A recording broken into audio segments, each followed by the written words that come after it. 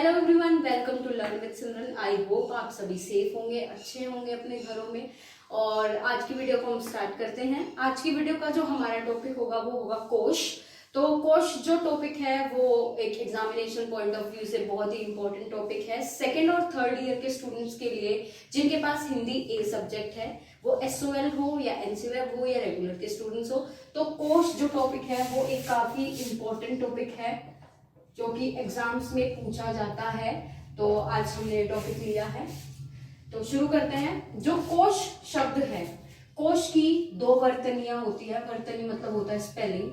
कोश की दो स्पेलिंग होती है, एक ये वाला कोश और एक ये कोश। अब आज के समय में कोश, इन दोनों कोशों का संदर्भ अलग अलग है, इन दोनों का अर्थ अलग अलग संदर्भ में लिया जाता है, इनका प्रयोग भी अलग अलग संदर्भ में किया जाता है। वो कैसे कि इस कोश को हम आज खजाने के संदर्भ से प्रयोग करते हैं। खजाना, जैसे हम बोलते हैं राजकोष। राजकोष अर्थात राजा का कोष, मतलब कि राजा का खजाना।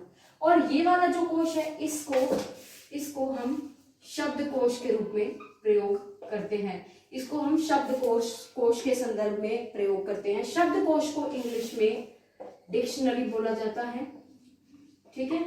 लेकिन ये शब्दकोश कब आया? 20वीं शताब्दी के मध्य में, ठीक है। 20वीं शताब्दी के मध्य में हमने जाना कि ये कोश शब्दकोश है और ये कोश का खजाने के संदर्भ में लिया जाएगा। पहले इन दोनों शब्दों का जो संदर्भ लिया जाता था वो था संग्रह से। संग्रह यानी कि इकट्ठा करना।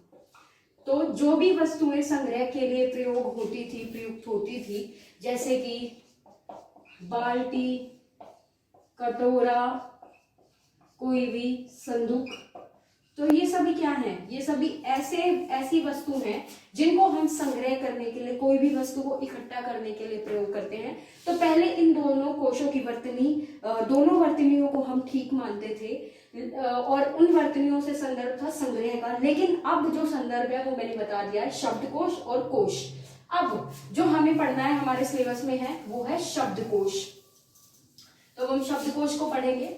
शब्दकोश की एक जो डॉक्टर भोलानाथ जी हैं, डॉक्टर भोलानाथ जी ने कहा कि हम शब्दकोश की कोई एक परिभाषा नहीं दे सकते हैं, कोई एक एग्जैक्ट परिभाषा, कोई एक एग्जैक्ट डेफिनेशन हम शब्दकोश की नहीं दे सकते हैं। अब शब्दकोश के बारे में जो उन्होंने कहा वो ये कहा है कि शब्दकोश एक ऐसा संदर्भ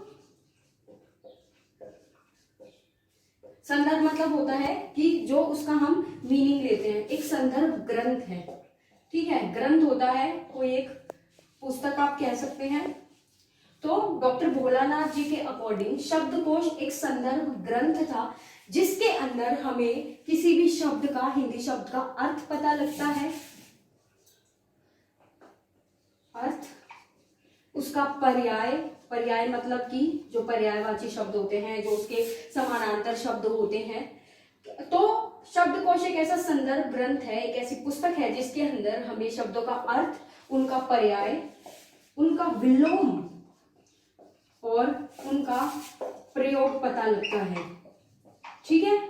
तो ये डॉक्टर भोलानाथ जी के अनुसार शब्दकोश की परिभाषा या उनका संदर्भ था, ठीक है। तो अब हम जानते हैं कि शब्दकोश की आवश्यकता क्यों है। शब्दकोश की आवश्यकता इसलिए है कि अगर कोई जिज्ञासु व्यक्ति है, जिज्ञासु व्यक्ति जो होते हैं उनका मतलब होता है कि कोई एक क्यूरियस व्यक्ति जिसको किसी एक भाषा को जानने में इंटरेस्ट हो, या जैसे कोई व्यक्ति है उसको हिंदी साहित्य में इंटरेस्ट है, उसको हिंदी साहित्य पढ़ने का मन है, और अगर वो हिंदी साहित्य पढ़ना उसने शुरू किया तो उसके पास तो शब्द भंडार का ज्ञान नहीं होगा, उसके पास शब्दों का अर्थ का ज्ञान नहीं होगा।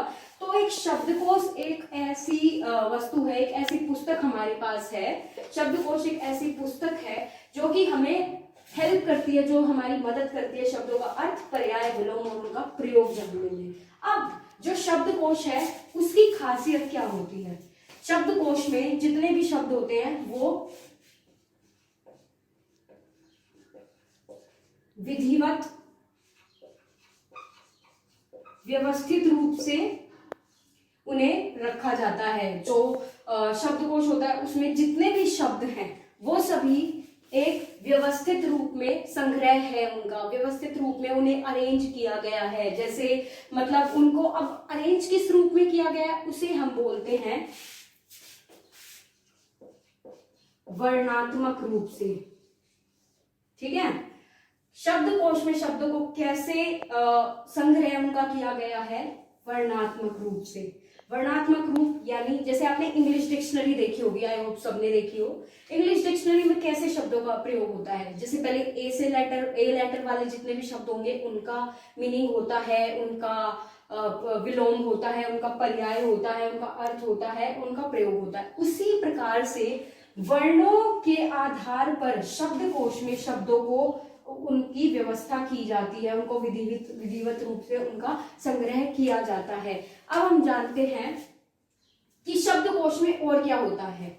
शब्दकोश में हमें पता लगा कि शब्दकोश में हमें पर्यायवाची मिलता है किसी भी एक शब्द का, उसका प्रयोग मिलता है, उसका विलोम मिलता है, उसका खुद का अर्थ मिलता है।